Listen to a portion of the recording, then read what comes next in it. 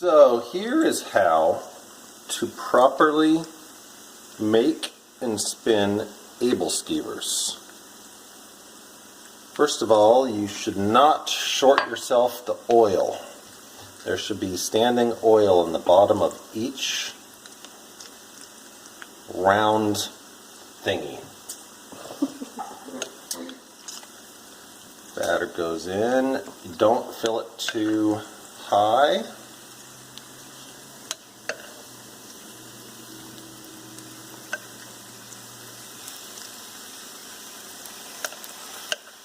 And if you're looking for a healthy alternative for Aebleskivers, don't bother. It's pretty much fried batter, butter, and sugar. What's not to like about that? I grew up using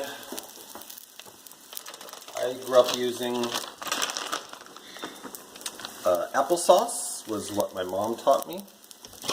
However, we don't have any applesauce, and our children felt that fruit was not adequate for basically a donut. So, we've done jellies, jams, and I'm doing chocolate chips at the moment.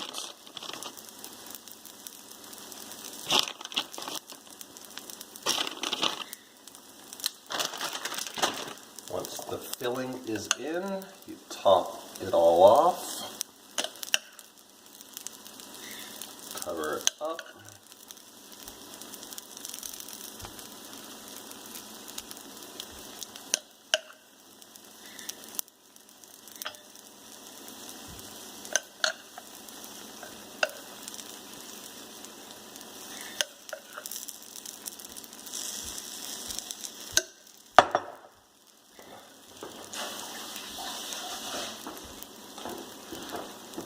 and wait till half of it cooks.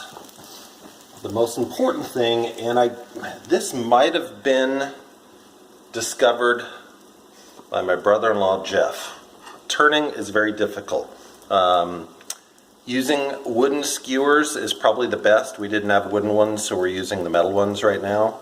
But basically, it's a two-part process. Turn one, see if it's done yet. That one's a little on the light side. Let's turn the middle up. That's a little on the dark side. And it's always a challenge to get the temperature correct because it goes from too hot to too cold in a hurry. So, oh, I'm missing one.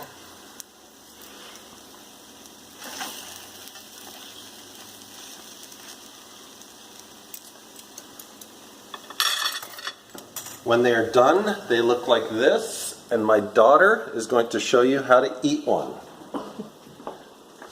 with no shortage of powdered sugar.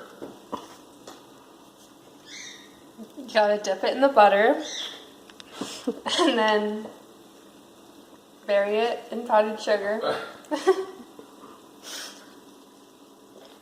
In one bite.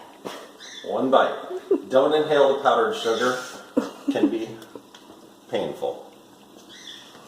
This is a tribute to Mabel Williams and my mom Sally Johnson and Aunt Chris, who handed down this Aebleskiver recipe from our relatives, although we also heard from our Swedish relatives that they aren't actually Swedish. I think they're Norwegian. But anyway, enjoy the deep fried breakfast donuts.